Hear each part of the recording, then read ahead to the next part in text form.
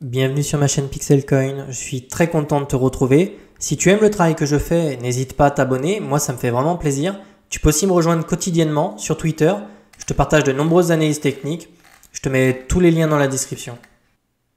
Bonjour à tous, bienvenue pour le brief du 13 février sur Bitcoin. Aujourd'hui on va faire l'analyse technique en daily, on va regarder un petit peu ce qui se passe, on ira voir un petit peu l'order flow pour voir le sentiment de marché. On regardera aussi un petit peu la carte des liquidités pour voir un petit peu ce qui s'est passé ici. La dernière fois que nous nous étions parlé, c'était lors de la résolution de ce triangle. Donc on a vraiment eu le petit breakout ici, petite structure de retournement, breakout du triangle, breakout du range, et on est directement en fait venu chercher le top local qui était ici lors des ETF, lors de la validation des ETF.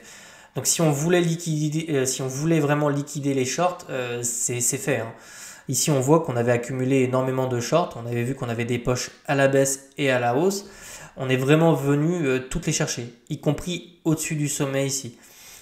Donc en fait, si cette pattern-là est une pattern de distribution, et si on est vraiment dans une situation de middle cycle, c'est par là qu'on aimerait voir le prix se retourner.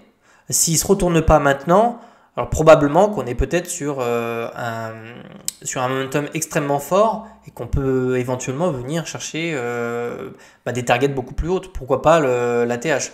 Mais c'est vraiment ça qu'en fait je veux vraiment surveiller. C'est est-ce qu'ici c'est une pattern de distribution ou est-ce qu'on est vraiment en train de construire quelque chose de très haussier pour les semaines à venir? Si vous suivez mes vidéos, vous savez que je suis prudent à plus d'un titre parce qu'en fait on a cette divergence sur RSI en daily, je vais vous la tracer en rouge, que je trouve je trouve pas ça spécialement rassurant d'avoir ce type de structure sur RSI parce que ça veut dire qu'en fait ici, je vais vous le tracer aussi sur le cours, on a vraiment eu un cours qui faisait des sommets en fait plus hauts, ici et ici, tandis qu'en fait sur RSI on a des sommets plus bas en fait. Donc idéalement, si vraiment il y a un intérêt sur ce marché, et si vraiment on est ici sur le début d'une phase parabolique, etc., on aimerait vraiment ici rentrer en surachat et continuer à péter toutes les résistances. On en a une autre à 52 000. Ce qu'on ne voudrait pas voir en fait maintenant, qu'on a cette divergence RSI en daily, ce qu'on ne voudrait pas voir, c'est la réintégration de toutes les résistances qu'on a gagnées. On aimerait plutôt s'en servir comme support, donc on aimerait venir se poser dessus pour venir chercher des targets plus hautes. On aimerait par exemple ne surtout pas réintégrer le range ici. Donc je ne sais pas si on fait des plus hauts ou pas, mais si on y revient, on ne veut surtout pas le péter. Ça, c'est des signaux vraiment mais de retournement de tendance haussière.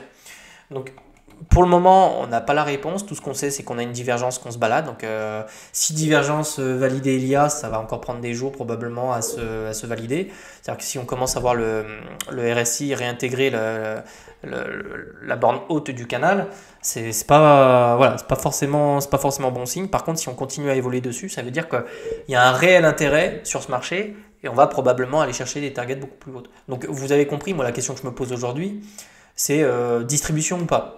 Voilà, parce qu'on est sur des zones de distribution.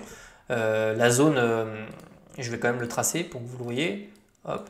Mais ce qu'il faut savoir, c'est que, je vais mettre mon Fibo ici, tac, tac. Entre 0,618 et 0,786, c'est des zones qui ont un intérêt particulier pour ceux qui ont acheté en fait ici. Pour tous ceux qui ont accumulé du BTC ici, c'est une zone de profit ici. Donc voilà. On va surveiller ça, on va regarder ça, on voit aussi la divergence, elle existe aussi en weekly. En ce qui concerne l'order flow, on va directement aller voir ça.